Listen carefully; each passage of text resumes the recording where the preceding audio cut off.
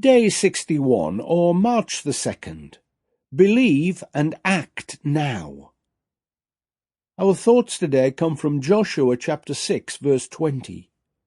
When the trumpet sounded, the army shouted, and at the sound of the trumpet, when the men gave a loud shout, the wall collapsed. So everyone charged straight in, and they took the city.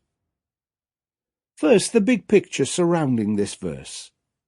It's rather sad to learn that the Israelites fell away big time as they wandered in the wilderness.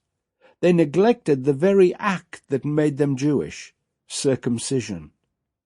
Now Joshua is bringing this sign back into the nation.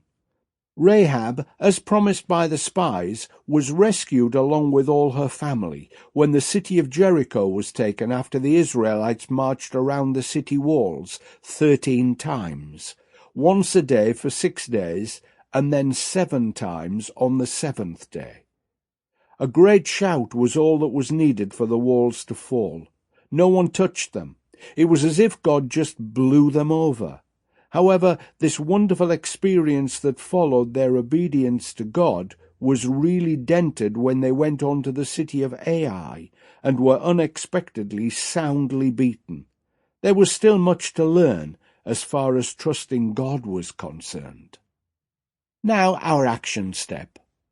One of the greatest accounts in the Bible is that of the Battle of Jericho. Of course, it was a great miracle that some have tried to explain away as being the result of a local earthquake.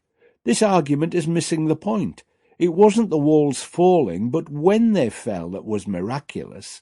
On top of that, it's worth remembering that the main reason for not entering the Promised Land 40 years earlier is found in Numbers chapter 13, verse 28, which reminds us, "The people living there are powerful, and their towns are large and fortified."